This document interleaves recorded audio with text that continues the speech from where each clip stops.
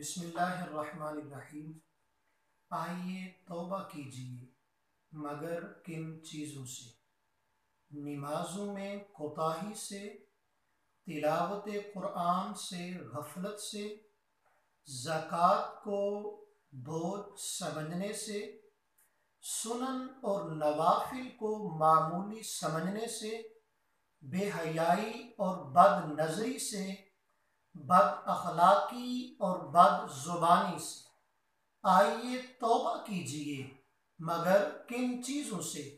والدین کا دل دکھانے سے، رشتوں کا تقدس پامال کرنے سے، ساس سسر کو تنگ کرنے سے، اپنے ماتحتوں پر ظلم کرنے سے، اپنے ملازمین کو تنگ کرنے سے۔ آئیے توبہ کیجیے مگر کن چیزوں سے؟ شوہر کے بیوی پر اور بیوی کے شوہر پر لام تان کرنے سے، چغل خوری سے، گالی گلوچ سے، زبان سے دلوں کو زخمی کرنے سے۔ آئیے توبہ کیجیے مگر کن چیزوں سے؟ مال حرام کے کھانے سے، اپنی طاقت اور اختیار کے ذریعے دوسروں کو دبانے سے، اپنے طنز اور مذاق کے ذریعے دوسروں کو بے عزت کرنے سے۔ آئیے توبہ کیجیے مگر کن چیزوں سے؟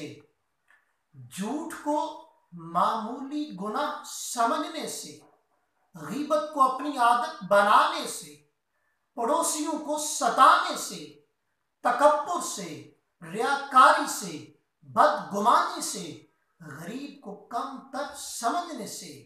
آئیے توبہ کیجیے مگر کن چیزوں سے؟ دل میں کسی کا برا چاہنے سے، دل میں کسی کے بارے میں رنجش پالنے سے، اہل دین کو ستانے سے۔ آئیے توبہ کیجیے مگر کن چیزوں سے؟ چوری سے، ڈاکہ سے، دھوکہ دہی سے، فریب سے، سود خوری سے، رشوت سے، بددیانتی سے۔ آئیے توبہ کیجیے ہر اس بات سے جس سے اللہ رب العزت کا اور اس کی مخلوق کا کوئی بھی حق ضائع ہوتا ہے۔ دوستو، توبہ کب قبول ہوگی؟ جب ہم اپنے اعمال سنوار لیں گے۔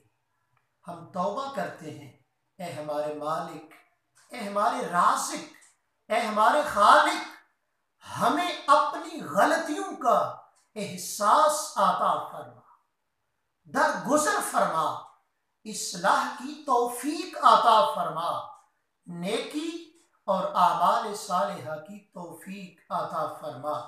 آمین ثم آمین۔